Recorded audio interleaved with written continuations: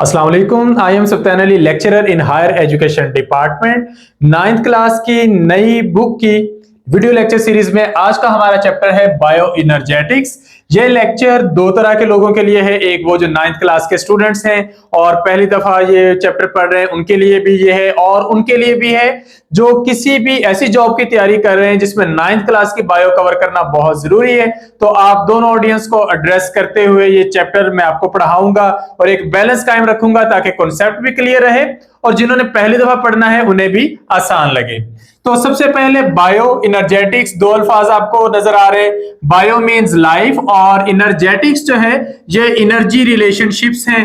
तो बायो की वो ब्रांच जिसमें हम ये पढ़ते हैं कि जिंदा जानदार कैसे एनर्जी हासिल करते हैं, कैसे एनर्जी स्टोर करते हैं, कैसे एनर्जी को एक फॉर्म से दूसरी फॉर्म में कन्वर्ट करते हैं और कैसे एनर्जी को यूज करते हैं, इन सारी बातों की स्टडी को हम बोलते हैं बायो इनर्जेटिक्स। इस चैप्टर में एक तो हम ऑक्सीडेशन रिडक्शन रिएक्शंस का रोल पढ़ेंगे बायो इनर्जेटिक्स में।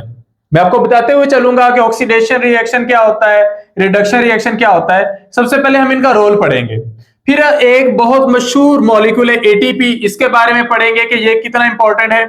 फिर फोटोसिंथेसिस और उसकी मुख्तलिफ जो स्टेप्स हैं या फेजेस हैं उसको डिटेल में देखेंगे। फोटोसिंथेसिस बहुत मशहूर रिएक्शन है। फिर रेस्पिरेशन को पढ़ेंगे और रेस्पिरेशन की सारी टाइप्स पढ़ेंगे, एरोबिक या एनारोबिक। तो आप सारा लेक्चर ध्यान से सुनिएगा, ये सारे कॉन्सेप्ट हम इस एक लेक्चर में कवर करेंगे। सबसे पहले बायोएनर्जेटिक्स क्या है, तो बायोएनर्जेटिक्स को जस्ट डिफाइन करते हैं। बायोएनर्जेटिक्स एक सब्जेक्ट है, बायोएनर्जेटिक्स कोई एक प्रोसेस नहीं है। बायोएनर्जेटिक्स क्या है, एक सब्जेक्ट है। इट इज द स्टडी, ये स्टडी है कि लिविंग ऑर्गेनिजम्स कैसे एनर्जी हासिल करते हैं, कन्वर्ट करते हैं, स्टोर करते हैं और यूटिलाइज करते हैं जिंदा रहने के लिए। जिंदा जानदारों को एनर्जी चाहिए अपनी हर रिएक्शन के लिए, अपने हर फंक्शन के लिए। पौधे उसके लिए जरा एक एडवांस लेवल पे जाके काम करते हैं कि फोटोसिंथेसिस से खुद ही बना लेते हैं अपनी फूड भी और एनर्जी के मॉलिक्यूल भी।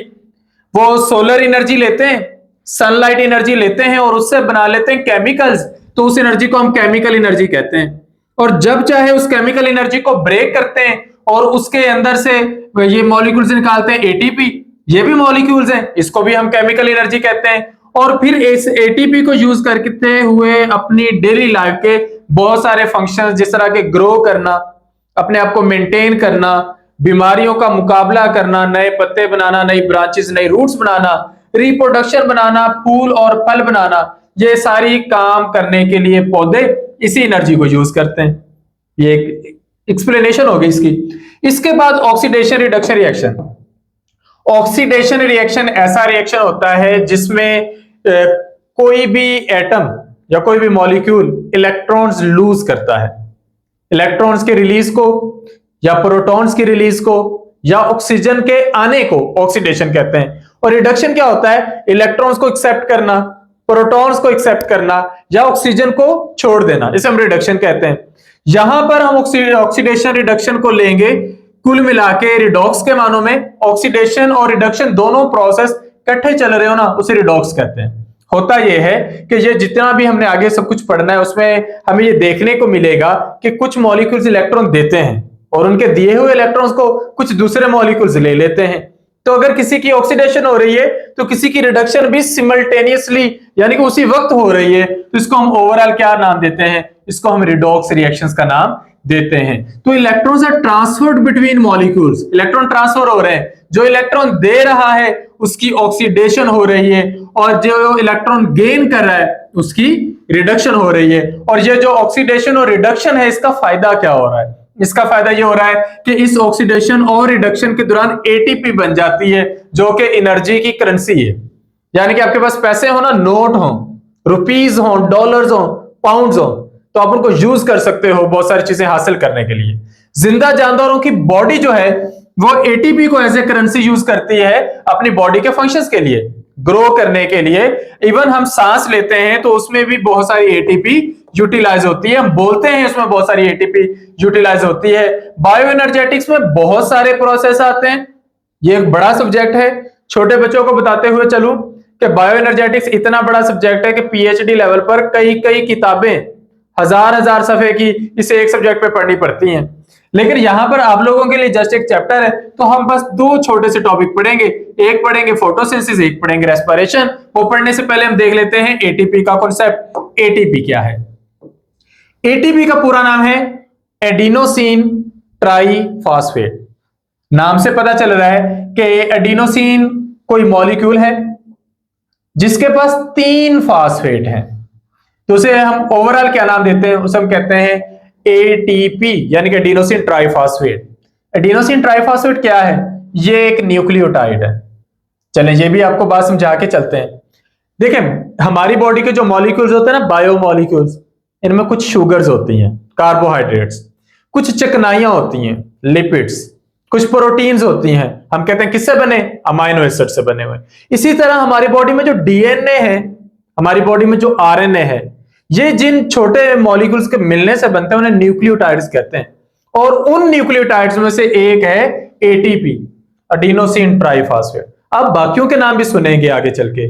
GTP, guanosine triphosphate, CTP, cytidine triphosphate, और टीटीपी वो थायमीन के नाम पे है, thymidine triphosphate, UTP, uridine triphosphate. आप उन सबके नाम पढ़ेंगे। फिलहाल एक का नाम पढ़ रहे हैं, और ये सबसे बड़ी एनर्जी करेंसी है। वो इनकी तरह इतनी बड़ी या इतनी स्ट्रॉन्ग या इतनी कॉमन एनर्जी करेंसीज नहीं है, तो हम जस्ट इसी का पढ़ रहे हैं। तो जब सेल्स एनर्जी स्टोर करते हैं तो वो एटीपी बनाते हैं, और जब उन्हें एनर्जी की जरूरत होती है तो एटीपी को तोड़ लेते हैं। अब एटीपी के मॉलिक्यूल को समझना हो तो इसमें 3 चीजें हैं। एटीपी के मॉलिक्यूल में एक तो नाइट्रोजनस बेस है जिसकी 2 रिंग्स होती हैं।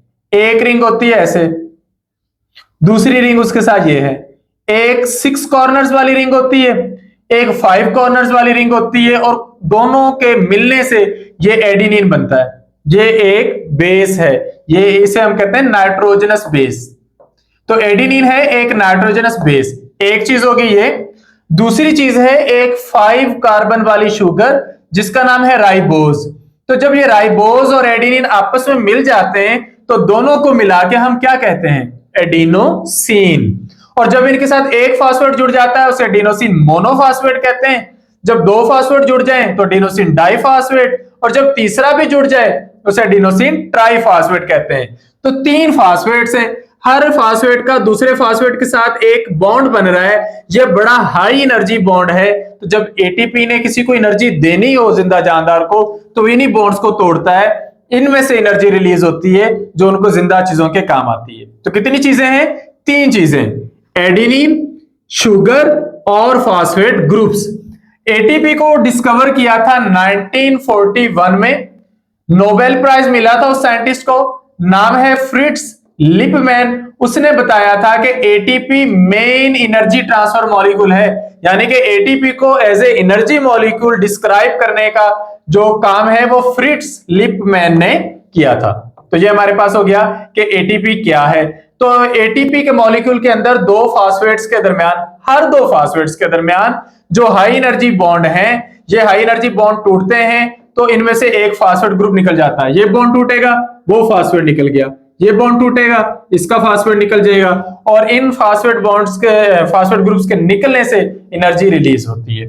जो फास्फेट्स को लिखते हैं ना पीआई, तो पीआई का मतलब होता है इनऑर्गेनिक फास्फेट, आई इनऑर्गेनिक के लिए। तो ये एटीपी है ना, अगर इसका फास्फेट निकल जाए तो ये एडीपी रह जाता है, एडिनोसिन डाइफास्फेट। 2 फास्फेट के साथ एडिनोसिन है, एनर्जी रिलीज हो जाती है। और जब इसको वापस फास्फेट मिल जाए तो ये बन जाता है एडिनोसिन ट्राइफॉस्फेट। तो ये हमारे पास इंट्रोडक्शन हो गया कि एटीपी क्या है। अब हम देखते हैं कि एक एटीपी के हर फास्फेट में, हर फास्फेट बॉन्ड में कितनी एनर्जी होती है।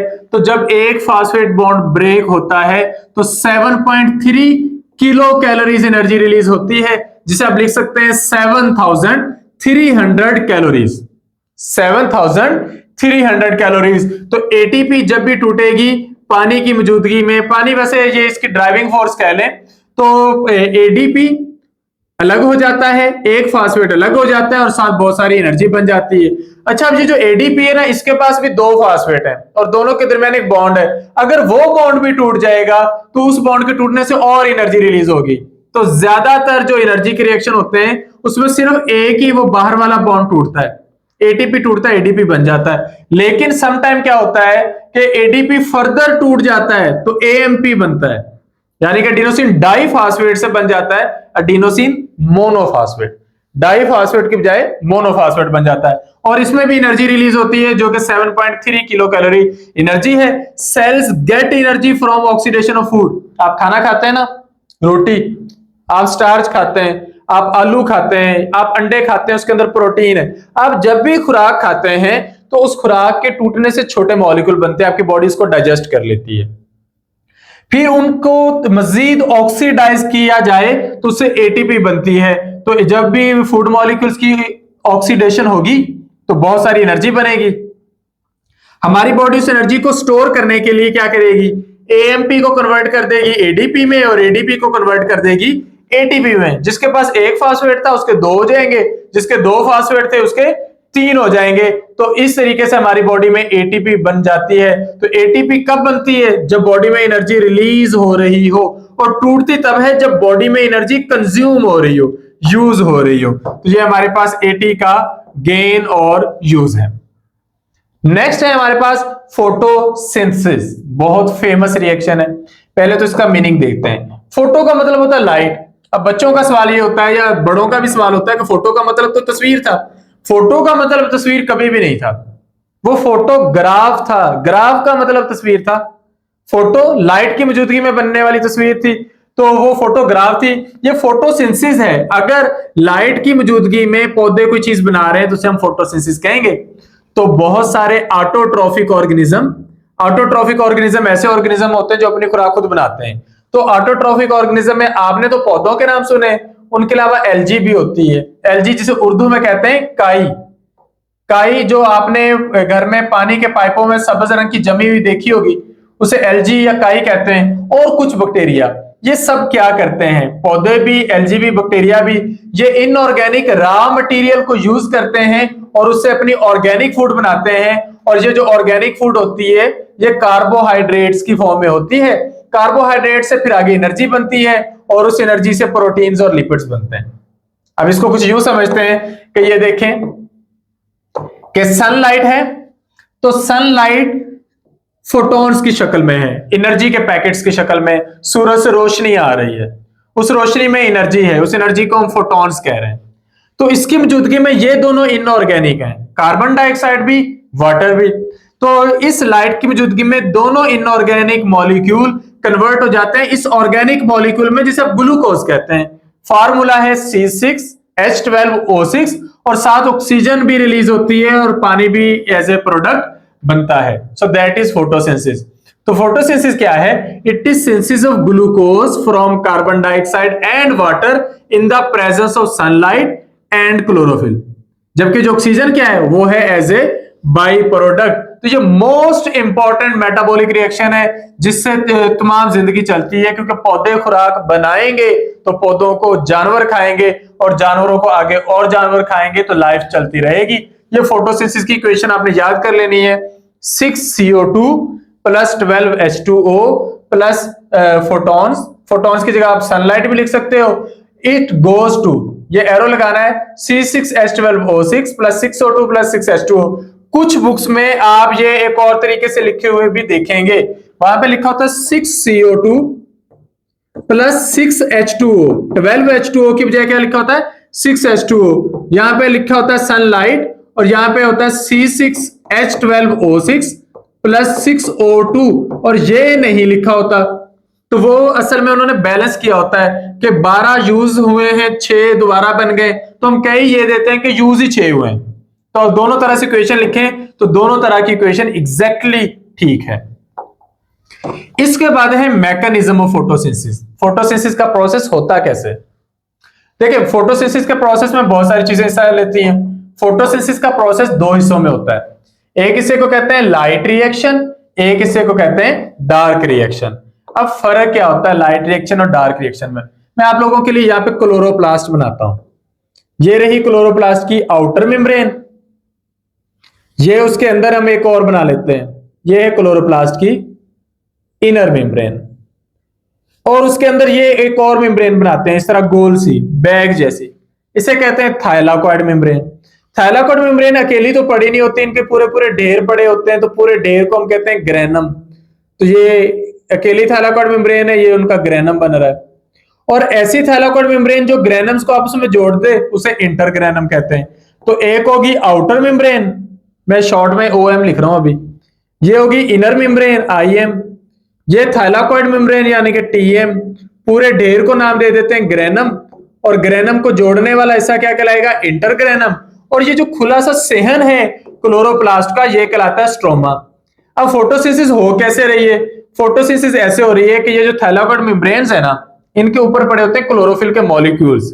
क्लोरोफिल के मॉलिक्यूल्स क्या करते हैं, वो सनलाइट को पकड़ते हैं, एब्जॉर्ब करते हैं। सनलाइट तो बहुत सारे रंगों में होती है, आपने रेनबो के 7 रंग देखे होंगे, तो सनलाइट उन सारे कलर्स में होती है। उनमें से जो रेड और ब्लू कलर की लाइट होती है उसको ये थैलाकोइड मेम्ब्रेन्स ज्यादा कैप्चर करने की सलाहियत रखती हैं, उसको ज्यादा एब्जॉर्ब करती हैं। तो जब उसको ज्यादा एब्जॉर्ब करते हैं ये क्लोरोफिल के मॉलिक्यूल, तो ये इनका एनर्जी लेवल इतना हाई हो जाता है कि ये लाइट रिएक्शन करवा देते हैं। हम उसके बारे में अभी पढ़ेंगे, मैं अभी डिटेल नहीं बता रहा।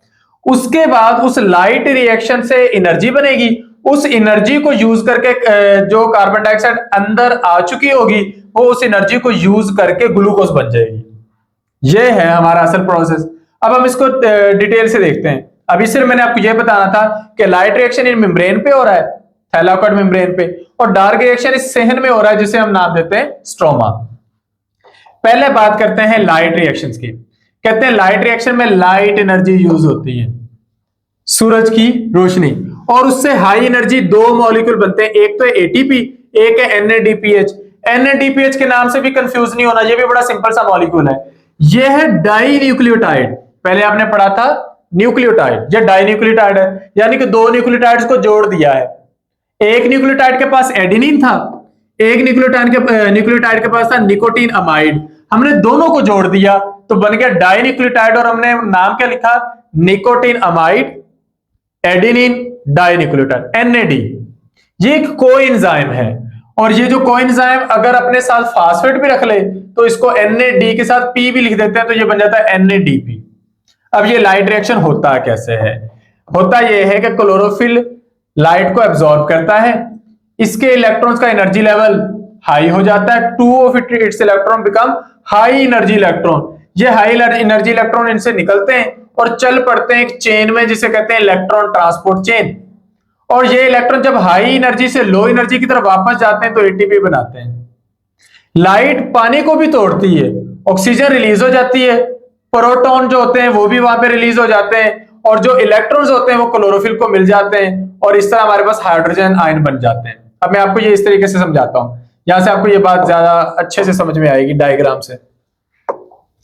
हम कहते हैं कि थैलाकोइड मेम्ब्रेन जो हमने बनाई थी ना, ये आउटर मेम्ब्रेन, इनर मेम्ब्रेन, ये अंदर जो थैलाकोइड मेम्ब्रेन हमने बनानी है, ये जो थैलाकोइड मेम्ब्रेन है ना, इस पर ये पड़े क्लोरोफिल के मॉलिक्यूल।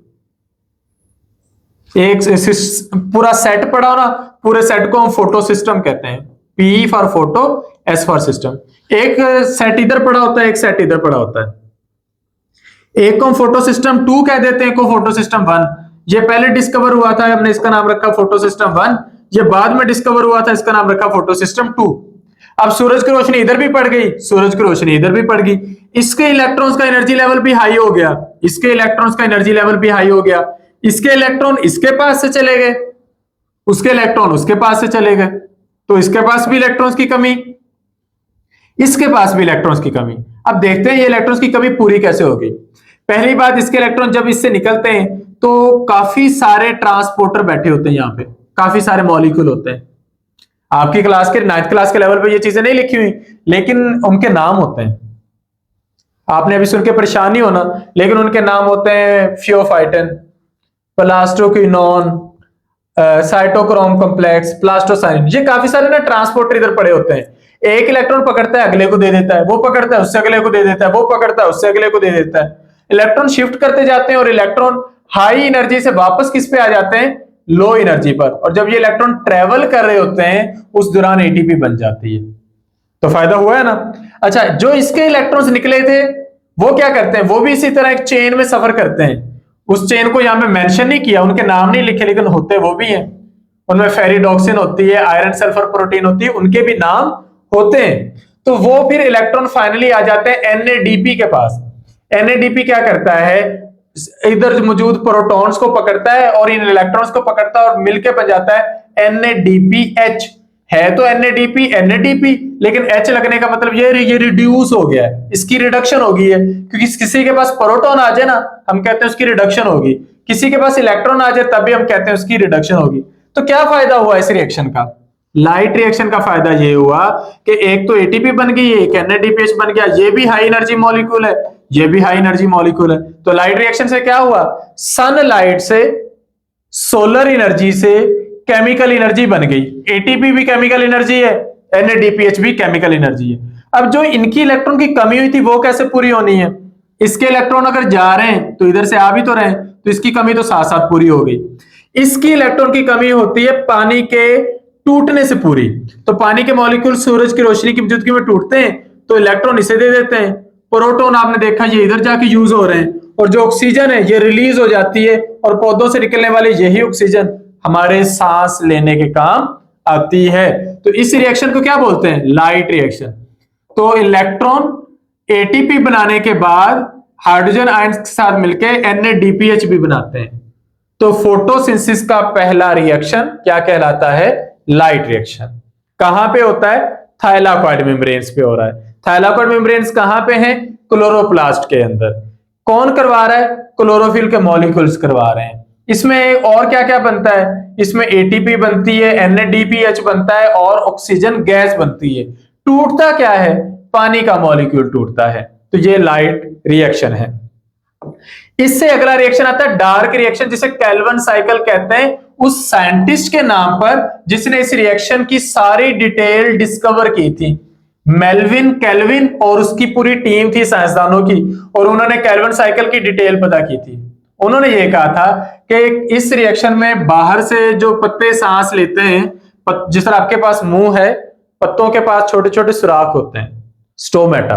उन स्टोमेटा से कार्बन डाइऑक्साइड अंदर लाते हैं और उस कार्बन डाइऑक्साइड को अंदर लाके रिड्यूस कर देते हैं, और रिड्यूस करके क्या बनाते हैं, ग्लूकोज। ये रिएक्शन क्या कहलाता है, डार्क रिएक्शन या केल्विन साइकिल। लाइट रिएक्शन को लाइट रिएक्शन इसलिए कहते हैं क्योंकि वो लाइट को यूज करता है। डार्क रिएक्शन को डार्क रिएक्शन इसलिए कहते हैं क्योंकि ये लाइट को यूज नहीं कर रहा। बाकी इसका ये मतलब नहीं कि ये रात में होना है, वो भी रिएक्शन दिन में हो रहा है, ये भी उसके साथ ही है, ये भी दिन में ही हो रहा है। लेकिन डार्क रिएक्शन इसलिए कह रहे हैं क्योंकि ये लाइट को यूज नहीं कर रहा। तो इस रिएक्शन में होता क्या है, इसमें यूं होता है कि कार्बन डाइऑक्साइड का मॉलिक्यूल आता है बाहर से, अंदर 5 कार्बन वाला एक मॉलिक्यूल पहले ही पड़ा होता है, वो 5 कार्बन वाला इसकी कार्बन के साथ मिलकर बन जाता है 6 कार्बन वाला। लेकिन ये जो 6 कार्बन वाला कंपाउंड होता है ना, ये कोई स्टेबल नहीं होता, ये बनते ही टूट जाता है। तो 3-3 कार्बन के 2 बन जाते हैं। वो जो 3-3 कार्बन के 2 मॉलिक्यूल बनते हैं ना, वो पहले तो थे सादा से मॉलिक्यूल, लेकिन फिर उनकी होती है रिडक्शन। तो रिडक्शन से वो सादा से मॉलिक्यूल क्या बन जाते हैं, वो 3 कार्बन वाले कार्बोहाइड्रेट बन जाते हैं। उसके लिए उन्हें एनर्जी जो है वो ATP से मिलती है, हाइड्रोजन जो होती है वो NADPH से मिल जाती है, और इस तरह जो लाइट रिएक्शन में दोनों चीजें बनी थी वो इधर इस्तेमाल हो जाती हैं, वो इधर यूज हो जाती हैं। और जब वो यहाँ पे यूज हो जाती है तो ये 3 कार्बन वाले कार्बोहाइड्रेट बनते हैं जो आगे चल के ग्लूकोज बनाने के काम आते हैं। ये जो 3 कार्बन वाले कार्बोहाइड्रेट होते हैं ये वापस 5 कार्बन वाले कंपाउंड को रीजनरेट भी कर देते हैं। चेक करते हैं, ये आपके सामने रिएक्शन बना हुआ है जिसे आप केल्विन साइकिल या डार्क रिएक्शन कहते हैं। आप इसको देखें कि बाहर से कार्बन डाइऑक्साइड आ रही है, अंदर 5-5 कार्बन वाले कंपाउंड पहले से पड़े हैं। हम अपनी गिनती पूरी रखने के लिए क्या करते हैं, हम कहते हैं 3 मॉलिक्यूल इसके, 3 कार्बन डाइऑक्साइड के मॉलिक्यूल, जो 6 कार्बन वाले 3 मॉलिक्यूल बन गए। यानी कि जो 3 मॉलिक्यूल है ना, तीनों को इधर से 1-1 कार्बन मिल गई, तो 3 मॉलिक्यूल है, लेकिन पहले 5 कार्बन वाले थे, अब 6 वाले हैं। एक 6 कार्बन वाले मॉलिक्यूल के टूटने से 3 कार्बन वाले 2 मॉलिक्यूल बनते हैं। तो ये 3 मॉलिक्यूल है, 3 के टूटने से 6 मॉलिक्यूल बन जाएंगे 3-3 कार्बन वाले। यानी कि एक तरफ आपके पास 3 मॉलिक्यूल है 6-6 कार्बन वाले, जब टूटे हैं तो 6 मॉलिक्यूल बन गए 3-3 कार्बन वाले। इनमें से एक मॉलिक्यूल निकल जाएगा ग्लूकोज बनाने के लिए और 5 मॉलिक्यूल चले जाएंगे वापस इसे बनाने में। वो जो 5 मॉलिक्यूल है ना 3-3 कार्बन वाले, वो आगे चल के 3 मॉलिक्यूल बना देंगे 5-5 कार्बन वाले। रिएक्शन जैसे शुरू हुआ था वापस उसी जगह पे आके खत्म हो गया, और आपकी जो प्रोडक्ट बननी थी, आपको जो फायदा होना था, वो 3 कार्बन वाली एक शुगर निकल गई बन के, वो आगे चल के एक 3 कार्बन वाली निकली, फिर दूसरी 3 कार्बन वाली निकली, वो मिलके क्या बना देंगे, ग्लूकोज बना देंगे।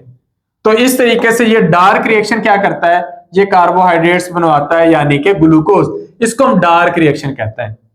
तो ये हो गया फोटोसिंथेसिस क्या है। मैं आप लोगों के लिए ये व्हाइट बोर्ड पर भी एक्सप्लेन कर देता हूं। अगर हम व्हाइट बोर्ड पे देखें तो फोटोसिंथेसिस की जो इक्वेशन थी वो थी कि कार्बन डाइऑक्साइड और पानी मिलेंगे और इनके मिलने से ग्लूकोज बनेगी और साथ ऑक्सीजन गैस रिलीज होगी। अगर आपकी बुक वाली एग्जैक्टली लिखे तो 6 12 6 6H2 ये रिएक्शन है। तो लाइट रिएक्शन में क्या हुआ है, हम लाइट रिएक्शन यहां पे बना के देख लेते हैं।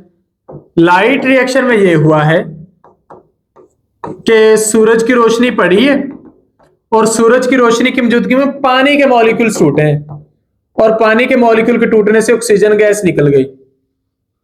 काफी सारे मॉलिक्यूल टूटे तो काफी सारी ऑक्सीजन निकल गई और साथ काफी सारे प्रोटॉन निकल गए, काफी सारे इलेक्ट्रॉन निकल गए। हमने कहा ये इलेक्ट्रॉन दौड़ लगा देंगे वो इलेक्ट्रॉन ट्रांसपोर्ट चेन में। उसके लिए हमने एक फोटो सिस्टम इधर बनाया, एक फोटो सिस्टम इधर बनाया। हमने कहा इसके इलेक्ट्रॉन भी दौड़े, इसके इलेक्ट्रॉन भी दौड़े, इसके इलेक्ट्रॉन इलेक्ट्रॉन ट्रांसपोर्ट चेन से होकर जब इधर पहुंचे तो उन्होंने क्या बनाया, उन्होंने एटीपी बनाई। और इसके इलेक्ट्रॉन जब यहां पर पहुंचे तो इन्होंने क्या बनाया, इन्होंने NADP के साथ मिलके बना दी NADPH। उसके लिए प्रोटॉन भी मिल गए, इलेक्ट्रॉन भी मिल गए। तो ये लाइट रिएक्शन में बनी है ये दोनों चीजें, एटीपी भी और NADPH भी। तो डार्क रिएक्शन में क्या हुआ है, डार्क रिएक्शन में इससे अगला मरहला हुआ है। इससे अगले मरहले में क्या होना है, इससे अगले मरहले में ये जो एटीपी बनी है और जो NADPH बने हैं ये यूज होने हैं। ये कैसे यूज होने हैं, ये ऐसे यूज होने हैं कि बाहर से आएगी कार्बन डाइऑक्साइड, अंदर पड़े 5-5 कार्बन वाले मॉलिक्यूल। ये 5 कार्बन वाले मॉलिक्यूल इस कार्बन डाइऑक्साइड के साथ मिलेंगे तो 6 कार्बन वाले मॉलिक्यूल बन जाएंगे। ये 6 कार्बन वाले मॉलिक्यूल टूटेंगे तो 3 कार्बन वाले मॉलिक्यूल बनेंगे। ये 3 कार्बन वाले मॉलिक्यूल रिड्यूस होंगे तो इनसे 3 कार्बन वाले कार्बोहाइड्रेट बनेंगे, जिनमें से एक आध चला जाएगा बाहर ताकि ग्लूकोज बना सके और बाकी वापस यही बना देंगे। इस सारे प्रोसेस में जब हमने गिनती करने की कोशिश की तो हमने कहा इसके 3 मॉलिक्यूल इनके 3 मॉलिक्यूल के साथ मिलेंगे, ये भी 3 बनाएंगे और ये 3 जब टूटेंगे तो इस तरह के 6 बन जाएंगे। 6 में से एक बाहर निकल गया, 5 आगे जाएंगे और वापस ये बना देंगे। इसको हमने नाम दिया डार्क रिएक्शन। और इस डार्क रिएक्शन में एटीपी भी इस्तेमाल होती है और इस डार्क रिएक्शन में क्या इस्तेमाल होता है, NADPH जो लाइट रिएक्शन में बना था। तो लाइट रिएक्शन में बनी हुई चीजें कहां पे यूज हो रही हैं, डार्क रिएक्शन में। इसके बाद क्लोरोफिल का क्या रोल था, भाई क्लोरोफिल ने किया सारा काम। लाइट रिएक्शन हुआ है थैलाकोइड मेम्ब्रेन पे, डार्क रिएक्शन हुआ स्ट्रोमा में। तो थैलाकोइड मेम्ब्रेन्स जो होती हैं उनके पास होते हैं पिगमेंट। पिगमेंट ऐसे मॉलिक्यूल को कहते हैं जिनका कोई रंग हो और वो लाइट एनर्जी को एब्जॉर्ब भी कर सकें। क्लोरोफिल की काफी सारी टाइप्स होती हैं, chlorophyll A B C D E। तो उनमें से क्लोरोफिल A जो है वो मेन पिगमेंट है, बाकियों को हम कहते हैं एक्सेसरी पिगमेंट।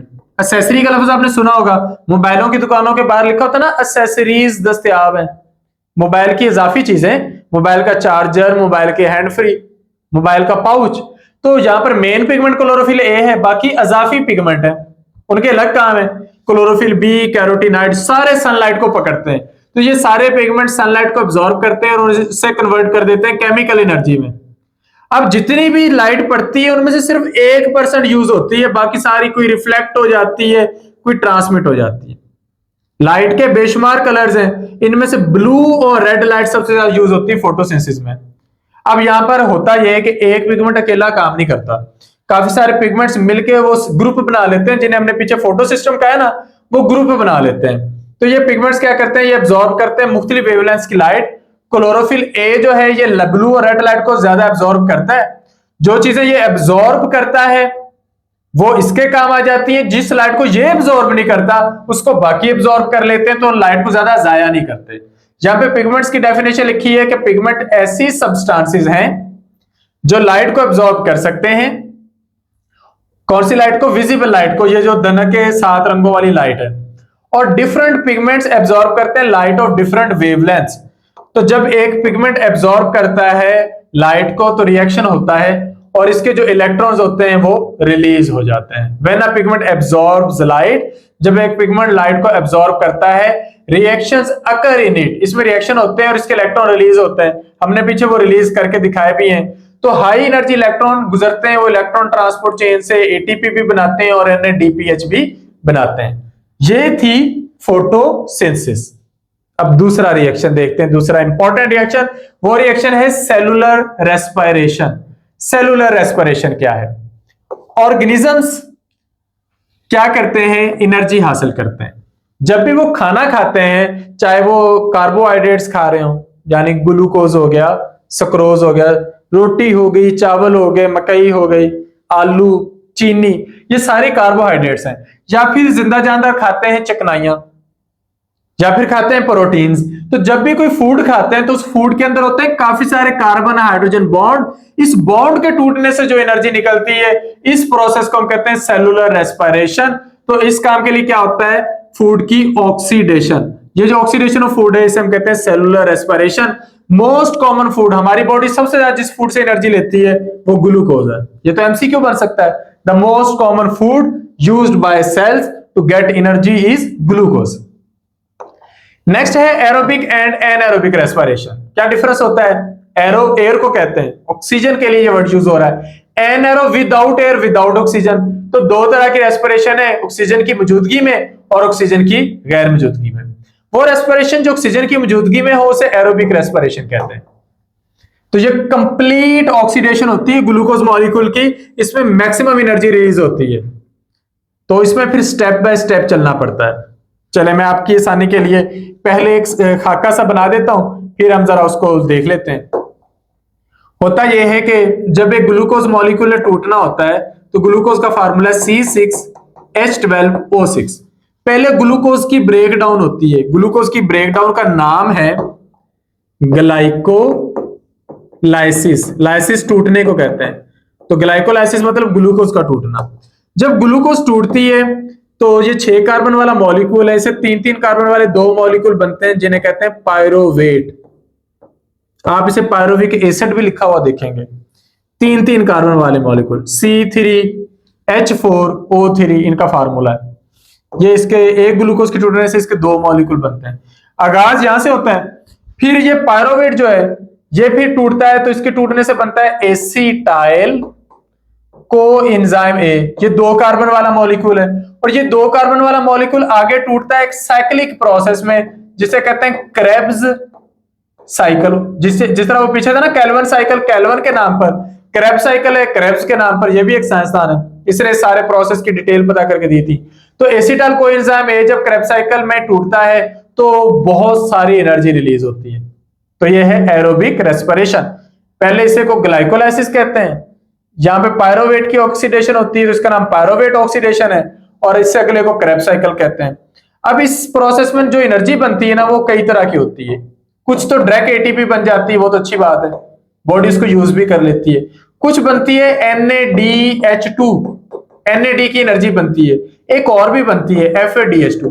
तो हमारी बॉडी NADH2 और FADH2 को तोड़कर ATP में कन्वर्ट करती है। ये जो इससे ATP बनाने का प्रोसेस है ना उसको रेस्पिरेटरी चेन या इलेक्ट्रॉन ट्रांसपोर्ट चेन कहते हैं।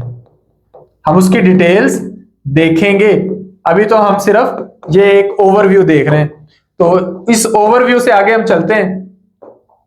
तो ये एरोबिक रेस्पिरेशन में क्या होता है, एक ग्लूकोज का मॉलिक्यूल टूटता है, 2 मॉलिक्यूल बनते हैं पायरुविक एसिड के। सेकंड फेज में पायरुविक एसिड के जो दोनों मॉलिक्यूल होते हैं कंप्लीटली ऑक्सीडाइज होते हैं, बड़ी एनर्जी रिलीज होती है। एरोबिक प्रोसेस में मैक्सिमम कार्बन हाइड्रोजन जो बॉन्ड होते हैं वो टूट जाते हैं और बहुत सारे ऐसे होते हैं जो अभी टूटने वाले रह जाते हैं। एरोबिक में टूट जाते हैं, एनारोबिक में कुछ रह जाते हैं, कुछ टूट जाते हैं। अच्छा, ये होगी एरोबिक रेस्पिरेशन, इसकी डिटेल अभी हमने देखनी है। हम पहले देखते हैं एनारोबिक रेस्पिरेशन। अगर ऑक्सीजन की गैर मौजूदगी में ग्लूकोज टूटती है तो उसकी ऑक्सीडेशन कंप्लीट नहीं होगी, उसकी होगी इनकम्प्लीट ऑक्सीडेशन, यानी कि सारे कार्बन हाइड्रोजन बॉन्ड नहीं टूटेंगे, कुछ बच जाएंगे तो थोड़ी एनर्जी बनेगी। तो इसकी पहली फेज तो उसी की तरह ही है कि एक ग्लूकोज के टूटने से 2 पायरोविक एसिड बनेंगे, लेकिन दूसरी फेज डिफरेंट है। दूसरी फेज 2 तरह से है। अगर तो पायरोविक एसिड आगे टूट रहा है बैक्टीरिया की मौजूदगी में तो वो और तरह से टूटेगा, और अगर वो टूटता है यीस्ट की मौजूदगी में जो फंगस होती है तो ये और तरह से टूटेगा। तो एनाएरोबिक रेस्पिरेशन में क्या होता है कि समटाइम बैक्टीरिया और यीस्ट पायरोविक एसिड को मजीद तोड़ते हैं, और मजीद कैसे तोड़ते हैं कि पायरोविक एसिड कन्वर्ट हो जाता है अल्कोहल में, C2H5OH में, तो इसको हम कहते हैं अल्कोहलिक फर्मेंटेशन।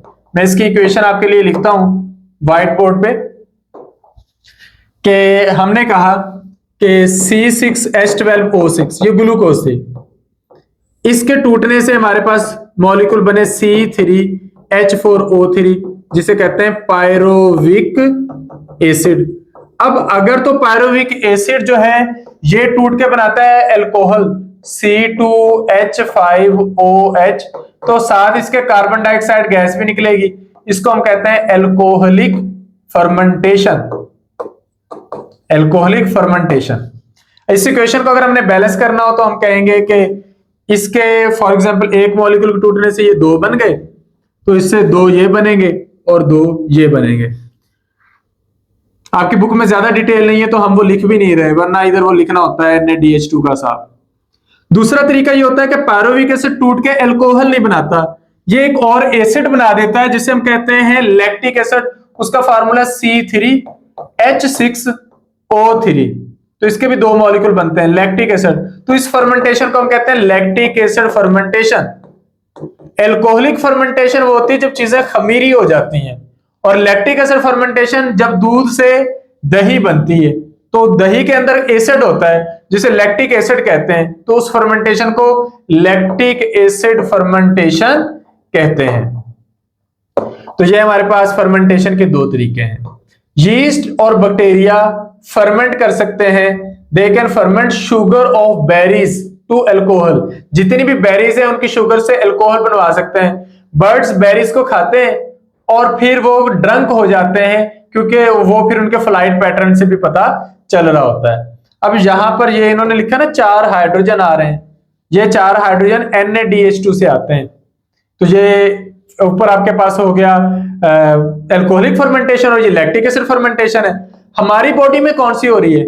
हमारी बॉडी में ये लैक्टिक एसिड फर्मेंटेशन होती है जब आप बहुत ज्यादा दौड़ते हैं, एक्सरसाइज करते हैं, तो आपकी बॉडी एरोबिक रेस्पिरेशन कर रही होती है, साथ ये भी शुरू कर देती है। मैं आपको मिसाल देता हूं, आपने मोबाइल का एक पैकेज लगाना है, पैकेज के लिए आपको चाहिए 102 रुपए, आपके पास सिर्फ 100 रुपए है।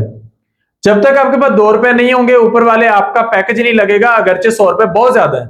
आप कह सकते हो मोबाइल की कंपनी को कि मेरे पास 100 है, वो नहीं मानेंगे, उनको 102 चाहिए। आपकी बॉडी नॉर्मल एनर्जी से काम चला रही है, आप चल फिर रहे हैं, घूम फिर रहे हैं, काम कर रहे हैं। अब एक्सरसाइज शुरू कर देते हैं, अब बॉडी को 2 एक्स्ट्रा ATP चाहिए, तो बॉडी फिर क्या करेगी? पिछला सेटअप बंद नहीं करेगी, वो चलने देगी, प्लस नया शुरू कर देगी। एरोबिक रेस्पिरेशन चलती रहेगी, लैक्टिक एसिड फर्मेंटेशन साथ अजाफी शुरू हो जाएगी। ये एनाएरोबिक रेस्पिरेशन की टाइप है, तो आपके मसल्स में लैक्टिक एसिड बन जाएगा जिसकी वजह से आपको थकावट का एहसास होता है। फर्मेंटेशन का कोई फायदा है?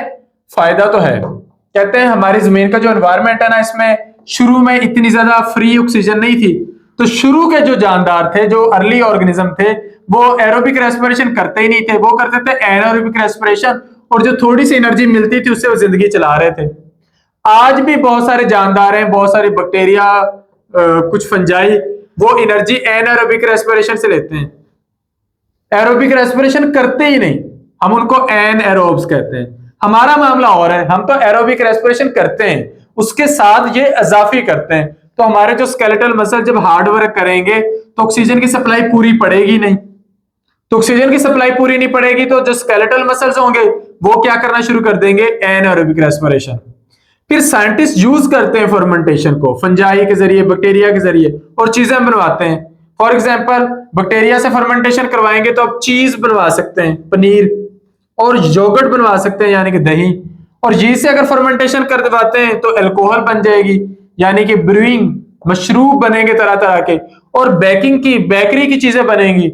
इसी तरह सोया सॉस बनेगी, ये भी फर्मेंटेशन से बनती है। और ये एक फंगस है, मैं उसका नाम आपको बताता हूं, उसका नाम है एस्परजिलस। वो ये सोया सॉस बनाने के काम आती है। आप पढ़ेंगे उसके बारे में ना इंटरमीडिएट लेवल पर, एफएससी के लेवल पर। मैकेनिज्म क्या है एरोबिक रेस्पिरेशन का? वो जो एनएरोबिक है वो तो हमने देख लिया, अब एरोबिक को देखते हैं। एरोबिक रेस्पिरेशन का पहला स्टेप है ग्लाइकोलाइसिस। ग्लाइकोलाइसिस में ये 6 कार्बन वाला ग्लूकोज मॉलिक्यूल है, और इससे 3 कार्बन वाले 2 मॉलिक्यूल बनते हैं पायरुविक एसिड के।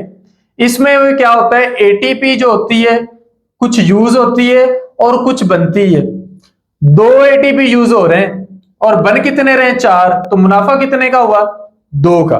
और NaDH2 बन रहे हैं, तो ये भी एनर्जी बन रही है। ज्यादा एनर्जी बन रही है, थोड़ी एनर्जी लग रही है, तो ये हमारे पास ग्लाइकोलाइसिस है।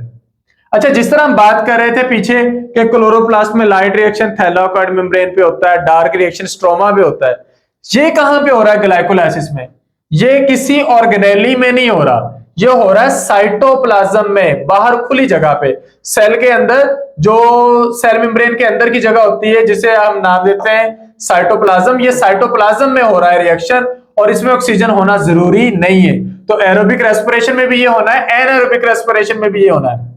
इसके बाद क्या होता है कि जब ऑक्सीजन अवेलेबल होगी तो पायरुविक एसिड के जो मॉलिक्यूल होंगे वो साइटोप्लाज्म से निकल के कहां पे आ जाएंगे?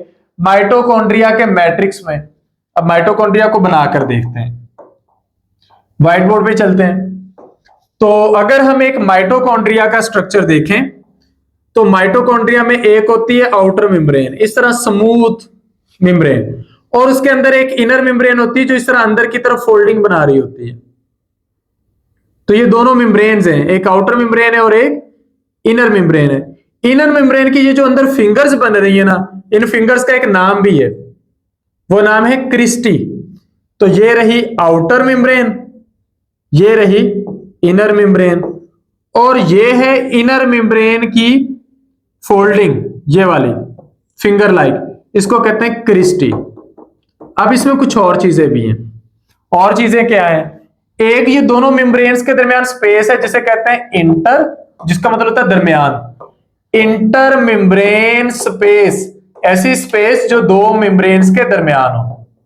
और एक ये वाली अंदर खुली जगह है, इस खुली जगह को कहते हैं माइटोकॉन्ड्रियल मैट्रिक्स या फिर मैट्रिक्स ऑफ माइटोकॉन्ड्रिया। तो अब जो ग्लूकोज टूटी है पायरुविक एसिड में, पायरुविक एसिड क्या करेगा? वो आउटर मेम्ब्रेन को क्रॉस करेगा, इनर मेम्ब्रेन को क्रॉस करेगा और इधर आ जाएगा माइटोकॉन्ड्रियल मैट्रिक्स में, और यहां पर आकर क्रेब्स साइकिल के जरिए ऑक्सीडाइज होगा और बहुत सारी एनर्जी बनाएगा। तो अब हम बनाकर देखते हैं क्रेब्स साइकिल। क्रेब्स साइकिल में क्या होता है? क्रेब्स साइकिल में यह होता है कि ग्लूकोज के टूटने से पायरुविक एसिड बना, वो पायरुविक एसिड अंदर आकर टूटेगा और बनाएगा एसिटाइल कोएंजाइम ए, और ये एसिटाइल कोएंजाइम ए आगे एक साइकिल में टूटेगा, उस साइकिल को कहते हैं क्रेब्स साइकिल। इस प्रोसेस में ये जो हमने सबसे पहले बनाया है ग्लाइकोलाइसिस वाला, इसमें हमने कहा हमारा थोड़ा सा खर्चा आता है, 2 एटीपीज लग जाते हैं, लेकिन फायदा कितनों का होता है? 4 एटीपीज का। और अकेले 4 एटीपी नहीं, उनके साथ और क्या बन रहा है? 2 NaDH2। ये जो pyruvic acid acetyl coenzyme A में टूटता है, इसमें भी बनते हैं 2 NaDH2। और ये जो क्रेब्स साइकिल होता है, क्रेब्स साइकिल में भी बनते हैं काफी सारे NaDH2 और काफी सारे FADH2 और काफी सारे ATP। तो काफी सारी एनर्जी इसमें बन जाती है। आखिरी स्टेप जो आप पढ़ेंगे वो ये पढ़ेंगे कि ये जो एनर्जी के मॉलिक्यूल बने ATP के अलावा, इनका क्या करना है? इनको भी एक चेन के जरिए, जिसे इलेक्ट्रॉन ट्रांसपोर्ट चेन कहते हैं, जिसे रेस्पिरेटरी चेन कहते हैं, उस रेस्पिरेटरी चेन के जरिए इन्हें कन्वर्ट कर देना है ATP में। और एटीपी में कन्वर्ट करने के लिए ये वाला प्रोसेस होगा, ये आखिरी मरहला है, इसे हम इन सब की ऑक्सीडेशन भी कहते हैं। तो अब बुक से देखते हैं बुक में क्या लिखा है। तो बुक में ये लिखा है कि जब ऑक्सीजन अवेलेबल होगी तो पायरुविक एसिड साइटोप्लाज्म से निकल के माइटोकॉन्ड्रिया की मैट्रिक्स में आएगी। यहां पर काफी सारे रिएक्शन होंगे जिन्हें कुल मिला के कहते हैं क्रेब्स साइकिल। ये एक ब्रिटिश साइंटिस्ट थे, ये एमसीक्यू बन सकता है, कहां के साइंटिस्ट थे? ब्रिटिश साइंटिस्ट, यानी कि इंग्लैंड के, यूके के। इनका नाम था सर हैंस क्रेब्स। तो ये इन्होंने इस रिएक्शन की डिटेल्स बताई थी। क्रेब्स साइकिल से पहले क्या होता है? पायरुविक एसिड से कन्वर्ट होता है एसिटाइल कोएंजाइम ए में, कार्बन डाइऑक्साइड भी निकलती है, NADH भी निकलता है। ये जो एसिटाइल कोएंजाइम ए है, ये क्रेब्स साइकिल में कंप्लीटली ऑक्सीडाइज हो जाता है और बनाता है एटीपी भी और दूसरे एनर्जी रिच कंपाउंड भी, जिनमें NADH भी है और FADH2 भी है। NADH था डाइन्यूक्लियोटाइड, FADH2 भी है डाइन्यूक्लियोटाइड, लेकिन वो है निकोटीन अमाइड एडेनिन डाइन्यूक्लियोटाइड। ये है फ्लेविन एडेनिन डाइन्यूक्लियोटाइड। साथ H2 लगाने का मतलब ये है कि ये क्या है? रिड्यूस्ड मॉलिक्यूल्स हैं। जब किसी मॉलिक्यूल के साथ H2 लगा हो तो वो रिड्यूस्ड होता है, ना लगा हो तो ऑक्सीडाइज्ड हो सकता है। तो ये डिटेल है। पायरुविक एसिड जो होता है ये पहले कन्वर्ट होता है एसिटाइल कोएंजाइम ए में। 3 कार्बन वाले मॉलिक्यूल से 2 कार्बन वाला बन रहा है, इसका मतलब कार्बन डाइऑक्साइड निकलेगी और कोएंजाइम ए अंदर आएगा और NAD जो होता है वो इससे प्रोटॉन भी ले जाएगा, तो NADH बन के चला जाएगा। ये एसिटाइल कोएंजाइम ए में से पहले निकल जाता है कोएंजाइम ए, फिर इसकी कार्बन डाइऑक्साइड भी सारी क्रेब्स साइकिल में निकल जाती है और 3 NADH बनते हैं, एक पायरुविक एसिड अगर यहां तक आता है तो, और एक FADH2 और एक ATP भी बनता है। तो ये सारा प्रोसेस हो रहा है क्रेब्स साइकिल में। इसके बाद इलेक्ट्रॉन ट्रांसपोर्ट चेन आती है। ये जो NADH2 बना है ना, इससे ATP बन सकता है। एक NADH2 से 3 ATP बनते हैं, एक FADH2 से 2 ATP बनते हैं। ऑक्सीजन आती है और इसके प्रोटॉन्स ले जाती है वाटर की फॉर्म में, और जहां पर भी ऑक्सीजन वाटर की फॉर्म में। ये रिड्यूस्ड NAD है, ये ऑक्सीडाइज्ड NAD है, ये रिड्यूस्ड FAD है, ये ऑक्सीडाइज्ड FAD है। ये प्रोटॉन निकलने से पहले, ये प्रोटॉन निकलने के बाद, ये प्रोटॉन निकलने से पहले, ये प्रोटॉन निकलने के बाद। प्रोटॉन कौन लेकर जा रहा है? ऑक्सीजन। तो इलेक्ट्रॉन ट्रांसपोर्ट चेन में क्या होता है? माइटोकॉन्ड्रिया की इनर मेम्ब्रेन पर ना काफी सारे ट्रांसपोर्टर बैठे होते हैं, काफी सारी प्रोटीन्स होती हैं। वो क्या करती हैं? वो NADH और FADH2 की ऑक्सीडेशन करती हैं, इनके इलेक्ट्रॉन रिलीज हो जाते हैं, इनके हाइड्रोजन आयन रिलीज हो जाते हैं।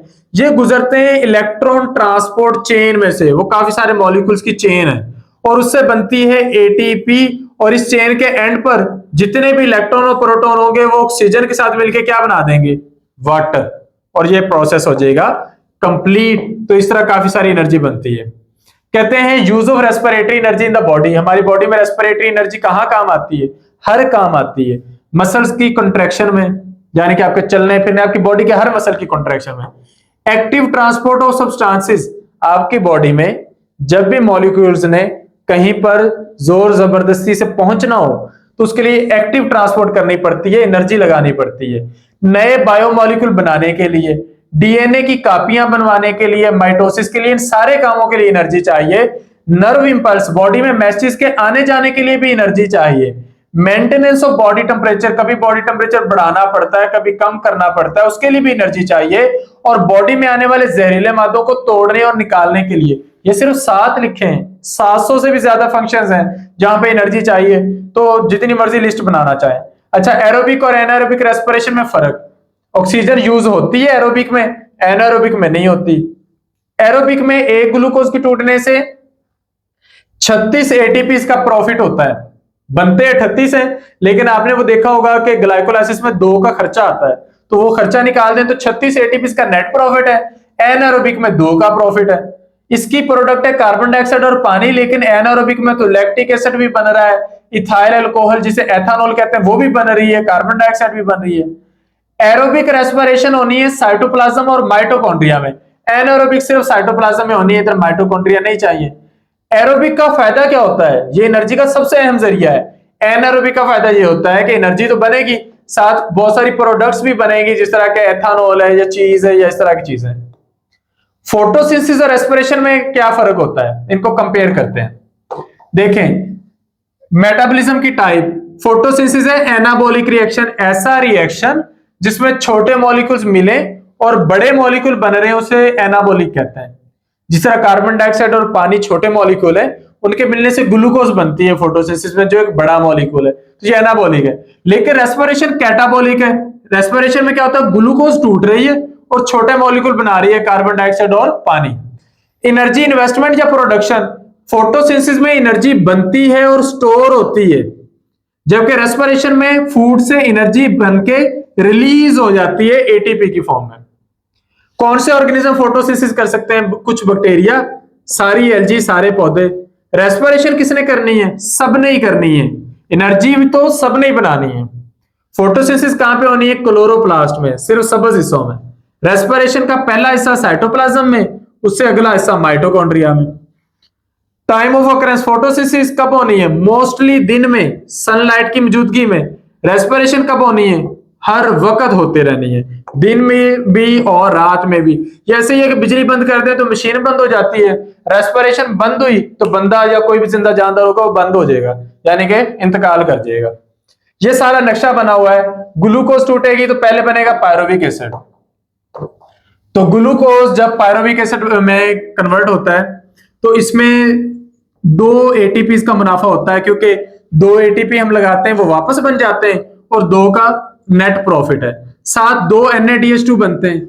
ये जो 2 NADH2 है इनसे 4 एटीपी बनते हैं। हमने तो कहा था कि 1 NADH2 से 3 एटीपी बनते हैं, तो इन 2 से 6 बनने चाहिए थे। 4 क्यों बने हैं, क्योंकि ये जो बने हैं ये 6 ही बनने थे, लेकिन 2 एटीपी का खर्चा ना ये मेम्ब्रेन्स क्रॉस करने में हो जाता है। ये जो पायरुविक एसिड है ना, इसने मेम्ब्रेन्स क्रॉस करके माइटोकॉन्ड्रिया में आना है, तो फिर हम वो खर्चा निकाल देते हैं शुरू में ही। हम कहते हैं इन 2 से सिर्फ 4 एटीपी बनते हैं। फिर पायरुविक एसिड से एसिटाइल कोएंजाइम ए बनता है, तो एक पायरुविक एसिड से एक एसिटाइल कोएंजाइम है, 2 पायरुविक एसिड से 2 एसिटाइल कोएंजाइम है, तो एक ग्लूकोज से 2 पायरुविक एसिड, 2 पायरुविक एसिड से 2 एसिटाइल कोएंजाइम है, तो दोनों से एक एक दफा एक एक NADH बनेगा, दोनों टोटल बन गए 2, हर एक से 3-3 एटीपी बनेंगे, तो टोटल बन गए 6 एटीपी। 2 ये निकले थे, 4 ये और 6 ये 12 हो गए। क्रेब्स साइकिल में क्या होना है, क्रेब्स साइकिल में एक क्रेब्स साइकिल एक एसिटाइल कोएंजाइम के लिए, दूसरा दूसरे के लिए। एक एसिटाइल कोएंजाइम में एक दफा क्रेब्स साइकिल चलाएगा, तो टोटल पीछे से 2 आ रहे, 2 क्रेब्स साइकिल चलाएंगे। एक क्रेब्स साइकिल में एक एटीपी बनता है 2 से 2, एक में 3 NADH बनते हैं, 2 में 6, एक में एक FADH2 बनता है, 2 में 2, तो 6 3 18, 2 2 4। तो ये हम इन सबको जमा कर ले, 2 और 4 6, 6 और 6 12, 12 और 2 14, 14 और 18 32, 32 और 4 36, यानी कि एक ग्लूकोज का मॉलिक्यूल जब टूटेगा तो जो नेट प्रॉफिट होगा वो 36 एटीपी का होगा। अब हम इस चैप्टर के की पॉइंट्स देखते हैं। पहला है oxidation reaction. Oxidation reduction reaction क्या होता है, ऐसा रिएक्शन जिसमें इलेक्ट्रॉन ट्रांसफर होते हैं बिटवीन मॉलिक्यूल्स के। ऑक्सीडेशन में इलेक्ट्रॉन लूज होते हैं, रिडक्शन में गेन होते हैं, तो इलेक्ट्रॉन फ्लो करते हैं और इससे एनर्जी बनती है। एटीपी क्या है, एनर्जी की करेंसी है। फोटोसिंथेसिस क्या है, पानी और कार्बन डाइऑक्साइड लाइट की मौजूदगी में और क्लोरोफिल की मौजूदगी में कार्बोहाइड्रेट और ऑक्सीजन बनाते हैं। लाइट रिएक्शन में क्लोरोफिल लाइट को पकड़ता है और एटीपी बनाता है। डार्क रिएक्शन में कार्बन डाइऑक्साइड एटीपी की मौजूदगी में रिड्यूस होकर ग्लूकोज बन जाती है। एनारोबिक रेस्पिरेशन में ग्लूकोज की इनकम्प्लीट ऑक्सीडेशन होगी, थोड़ी एटीपी बनेगी, ऑक्सीजन नहीं यूज होगी। एरोबिक रेस्पिरेशन में ऑक्सीजन यूज होगी, कंप्लीट ऑक्सीडेशन होगी, ज्यादा सारी एनर्जी बनेगी। ग्लाइकोलाइसिस में ग्लूकोज की टूटने से पायरुविक एसिड बनता है। क्रेब्स साइकिल में पायरुविक एसिड मॉलिक्यूल जो होता है वो टूट के बहुत सारी एनर्जी बनाता है, और इलेक्ट्रॉन ट्रांसपोर्ट चेन में इलेक्ट्रॉन जब ट्रेवल करते हैं चेन में तो बहुत सारी एटीपी बनाते हैं। अब हम एमसीक्यूज करते हैं। तो पहला है when we get energy from ATP which bonds are broken. कौन से बॉन्ड टूटते हैं, वो दोनों फास्फेट के दरमियान मौजूद बॉन्ड पीपी बॉन्ड टूटते हैं। लाइट रिएक्शन कहां पे होता है फोटोसिंथेसिस का, थैलाकॉइड मेम्ब्रेन्स पर, क्योंकि मेम्ब्रेन्स पर पड़े होते हैं ना क्लोरोफिल। कौन सा क्लोरोफिल मॉलिक्यूल ज्यादा कॉमन है, क्लोरोफिल ए। कौन सी लाइट जो होती है क्लोरोफिल ए ज्यादा एब्जॉर्ब करता है, क्लोरोफिल अब्सॉर्ब करता है रेड और ब्लू लाइट को। जब यीस्ट फर्मेंटेशन करता है ग्लूकोज की तो प्रोडक्ट कौन से बनती है? यीस्ट की मौजूदगी में बन रही थी अल्कोहल और कार्बन डाइऑक्साइड, ये हमारा राइट आंसर है। बैक्टीरिया की मौजूदगी में अकेला लैक्टिक एसिड। डार्क रिएक्शन कहां पे होता है? क्लोरोप्लास्ट के स्ट्रोमा में। कौन सा मॉलिक्यूल डोनेट करता है इलेक्ट्रॉन्स को लाइट डिपेंडेंट रिएक्शन में? ये लाइट डिपेंडेंट रिएक्शन कौन सा होता है? फोटोसिंथेसिस के लाइट रिएक्शन को हम कहते हैं लाइट पे डिपेंड करने वाला रिएक्शन, और डार्क रिएक्शन को कहते हैं लाइट से आजाद यानी कि लाइट इंडिपेंडेंट रिएक्शन। तो light dependent reaction light reaction का दूसरा नाम है। तो कौन सा मॉलिक्यूल जहां पे इलेक्ट्रॉन डोनेट करता है? पानी। ये अपने इलेक्ट्रॉन देता है क्लोरोफिल को कि अपने इलेक्ट्रॉन की कमी पूरी कर लो। Which process in aerobic respiration produces the most ATP? ज्यादा एटीपी किस में बनते हैं? वो आखिरी प्रोसेस में जब सारी टूट के एटीपी बना रहे थे, electron transport chain. How many ATP molecules are the net profit from one glucose? एक ग्लूकोज मॉलिक्यूल की एन एरोबिक रेस्पिरेशन होगी तो 2 एटीपी बनेंगे, एरोबिक होगी तो 36 बनेंगे।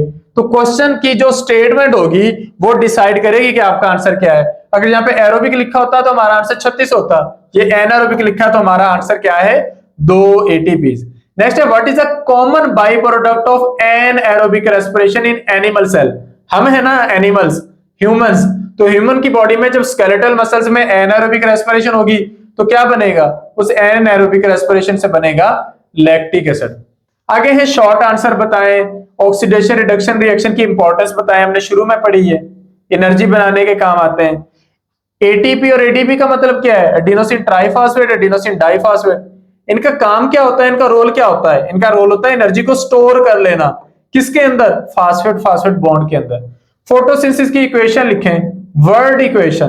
तो वर्ड इक्वेशन जब आपने लिखनी है तो फिर आप लिखेंगे, आप बकायदा वर्डिंग में लिखेंगे carbon dioxide plus water, carbon dioxide पूरा लिखना है, प्लस वाटर, इसके ऊपर आप लिख लें सनलाइट, और आगे आप लिख दें glucose plus oxygen plus water.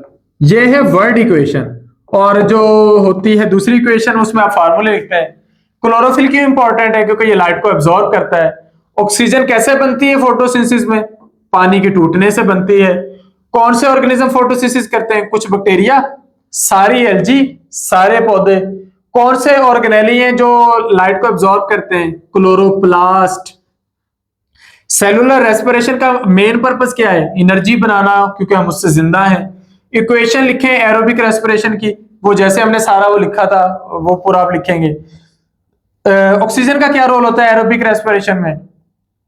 Oxygen ही है जो इलेक्ट्रॉन ट्रांसपोर्ट चेन के एंड पर इलेक्ट्रॉन्स और प्रोटॉन्स को लेकर पानी बना देता है।